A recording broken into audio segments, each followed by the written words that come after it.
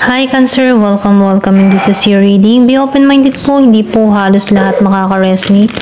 Kaya piliin nyo na lamang, and thank you nga po pala sa mga nag-subscribe, lalo na sa mga bumabalik. Marami pong salamat. Give me the message for Cancer. Ano yung mensahe sa'yo?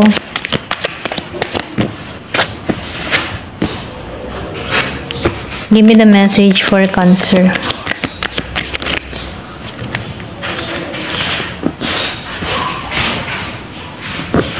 Give me the message for Cancer.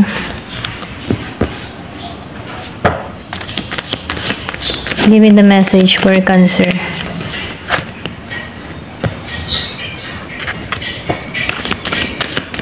Give me the message for Cancer. So, nakikitaan ko dito, Cancer, no? Meron ditong mangyayari, okay? Nakikitaan ko dito, no? Kumbaga, ikaw yung tipo ng tao na mabuting ama, mabuting ina, okay? So, nakikitaan ko dito yung lakas ng loob mo, matapang ka, independent ka, no? Once na mayroon kang sinet na goal, nakakamit mo to. Ito yung nakikita ko, no? Yung iba sa inyo, meron kang kadiling dito na Scorpio, okay? Andun yung emotion, andun yung pagmamahal nyo sa bawat isa dito. Meron ditong paggising, pwede rin sabihin na meron kang naranasan din na problema, or pwede rin sabihin na meron kang naranasan ditong pagsubok na ginising ka dito, okay? Natauhan ka dito, na kung saan ano, meron dito kang sineset sa kaisipan mo na meron kang gustong mangyari or makamit. Yung iba sa inyo, nakikitaan ko dito yung goal-oriented, ano? Meron kang gustong trabahuhin, meron kang gustong gawin, meron ditong pagkilos, movement, may action, determinado ka na makamit to, okay? Kung meron kang pinaplano, meron kang pangarap, determinado ka dito. So, nakikitaan ko dito, marireceive mo to eh. Magiging kang matagumpay dito, no? Kasi meron ka dito kakayahan na masagawa yung mga bagay na gusto mo, okay? Meron kang ganung attitude na malakas ang loob. So, nakikitaan ko rin dito, ikaw yung tipo ng tao na stable ka sa iyong nararamdaman, ano? Once na nagmahal ka, tapat ka, okay? Ayaw mo nang, kumbaga, mapili ka din sa tao, hindi ka basta-basta nagtitiwala sa tao, okay? So, nakikitaan ko dito yung pag-iingat mo sa sarili mo. So, nakikitaan ko rin dito na ikaw yung tipo ng tao na mapagmahal, mapag-aruga, maingat ka pagdating sa iyong karelasyon, okay? Kumbaga, nakikitaan ko dito na yung bang tipo na masyado kang caring once na ikaw ay nasa punto ng relasyon, okay? Ganun ka. So, nakikitaan ko dito yung pag-iingat mo. Pwede rin sabihin, ano, yung iba sa inyo, nakikitaan ko dito yung pagbabago na mangyayari at magaganap sa'yo. So, nakikitaan ko dito yung movement, okay? Meron ditong pagkilos na yung sinabi ko nga kanina. Pwede rin sabihin, meron kang apply dito, ibang bansa, dun sa iba. Meron ditong pagkilos, may balita. Okay? May balita kang marireceive dito. Biglaan to. Ayan. So, meron ditong Mercury. So, nakikita ko din dito, ikaw yung tipo ng tao na nagkakaroon ka ng transformation sa'yo, no? Andito yung grow, paglago mo. So, nakikita ko rin dito, yung iba sa inyo, magaling kang makipag-usap sa tao. Kumbaga, pwede rin sabihin ganito yung larangan ng trabaho mo. Communicate, ano, communication. Or pwede rin sabihin magaling kang makipag-deal, okay?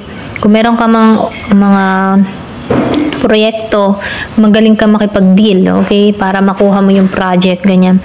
So, nakikitaan ko din dito, marami kang natutunan, marami kang aral, ano? Yung iba sa inyo, nakikitaan ko dito, meron kang ginagawa online, okay? Meron kang tinatrabaho online na kung saan, ano, meron paglago, may pag-angat. Ayan. So, nakikitaan ko dito yung transformation na nangyayari sa'yo. Meron ditong Taurus. So, nakikita ko dito, pwede rin nasa birth chart mong Taurus, or pwede rin meron kang kadiling dito na Taurus, ano, na kung saan, ano, meron tong tiwala sa'yo, or pwede rin may tiwala kayo sa bawat isa, no. Meron dito nag-iintay, or pwede rin sabihin, nagiging patient, ano. Meron dito, yung bang tipo na ikaw, yung tipo ng tao, once na meron kang ginusto, tinarabaho, hindi ka nagmamadali na makuha agad itong bagay na to. Nagiging kang patient, ano, kung ano yung maging resulta nito. Ganun ka. Hindi ka nagmamadali. Ayaw mo nang lagi nagmamadali, yung rush, okay? Gusto mo ay yung talagang makakakilos ka, komportable ka, ganyan. Ayaw mo nang minabadali ang lahat. So, nakikita ko rin dito yung pagiging mong ambisyon, yung maambisyon ka or marami kang pangarap na gustong mangyari, na gusto mong makatotohanan or maging totoo to, okay? So, nakikita ko dito, nagsisimula ka dito or meron kang sisimulan dito, okay? Step by step, okay? Kumbaga, nakikita ko dito yung sinabi ko nga kanina, hindi ka nagmamadali, step by step, makukuha mo din to, okay? House 3. So, nakikita ko rin dito, yung iba sa inyo, maagap kang natuto. Pwede ni sabihin, sa hamon ng buhay, maagap kang natuto nung kabataan mo, okay? Kumbaga, nakikita ko dito na hinubog ka na nung kabataan mo. Pwede rin sabihin na hindi ka naging yung tipo na mapalad sa buhay na tulad ng isang mayaman, pinanganak ng mayaman, hindi ka ganun. Kumbaga, nakikita ko dito na yung tamang pamumuhay pero natuto ka ng ayos, okay? Pinalaki ka ng maayos, ganyan. So, nakikita ko rin talaga dito na ikaw yung tipo ng tao na maganda yung iyong naging pagkabata mo, okay? Or pwede rin sabihin na nakikita ko dito na maganda yung ugnayan mo sa pamilya mo, nung kabataan mo, okay? Ikaw yung tipo ng tao na masunurin, ganyan. So, nakikita ko dito yung komunikasyon, kumbaga, nakikita ko dito yung ugnayan mo, maganda yung samahan nyo sa pamilya nyo, okay? Magaling kang mangusap, ganyan, magaling kang magsalita, okay? Na kung sana, no, nakikinig sa'yo, okay? Give me the message. So, Sagittarius, ano? So, nakikita ko rin dito, ikaw yung tipo ng tao na hindi ka nawawala ng pag-asa. Once na meron kang sinat na gold, hindi ka nawawala ng pag-asa, okay? Kumbaga, meron kang kalayaan na gawin yung mga bagay na gusto mo. Ayan. Ayan. So, nakikita ko dito, no, na ikaw ay nag-explore, malaya kang gawin ng mga bagay na gusto mo, hindi ka nawawala ng pag-asa. Ayan, pwede rin sabihin meron kang gusto mangyari, death. So, nakikita ko yung death, ano, meron ditong new beginning, okay? Marami kang natutunan, natapos na. Kumbaga, marami kang experience or pwede rin sinubok yung iba sa inyo, no, natapos na to. Andito ka na sa new beginning, handa ka nang sa bagong simula. Kumbaga, may mga nawala, tapos na to, okay? Handa ka na sa pagbabago. Ayan, ito lang yung nakikita ko sa'yo, no. So, meron ka ditong surrender. So, nakikita ko dito, natuto ka ding i-surrender yung mga bagay-bagay na hindi na yung hindi mo na kayang panghawakan pa, ay binibitawan mo na, okay? Kumbaga, hinahayaan mo na, okay? Para walang masyadong stress. Ganun, okay? Kumbaga, once na may mga problema dumarating sa'yo, hindi mo masyadong sinasakop to. Hinahayaan mo tong umalis din ng natural. Ganyan. Kumbaga, ayaw mo masyadong intindihin. Kasi dito sa worry, kumbaga, natutunan mong pag-aralan, ano, na kapag masyadong dinibdib at wala din makikitang magandang resulta or hindi rin mariresolbahan agad, mag-aalala ka lang dyan eh. Kumbaga, may stress ka lang dyan eh. Kaya ikaw, natutunan mo dito na, okay, dumating tong problema to, aalis din to, okay? Kumbaga, wag na lang natin masyadong dibdibin. Wag na tayo masyadong mag-alala. Ganun ka, no? So, nakikitaan ko dito yung balance. Kaya mong balansin yung sarili mo. Or pwede rin sabihin, pag may dumadating na problema, hindi ka maisip. Okay? Give me the message. Ayaw mong isipin. Ganyan. Patient. So, nakikitaan ko dito, patient ka tao.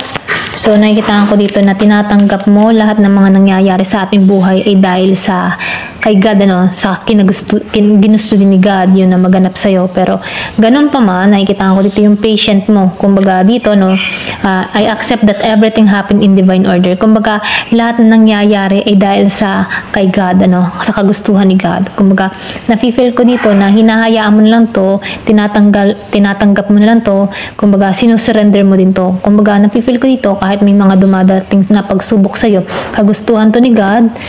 Pero ganun pa man, nakikitaan ko dito, kagustuhan to ni God, pero natutunan mong i-surrender din sa Kanya pag hindi mo na kaya. Okay? Give me the message. Ano pa yung mensahe?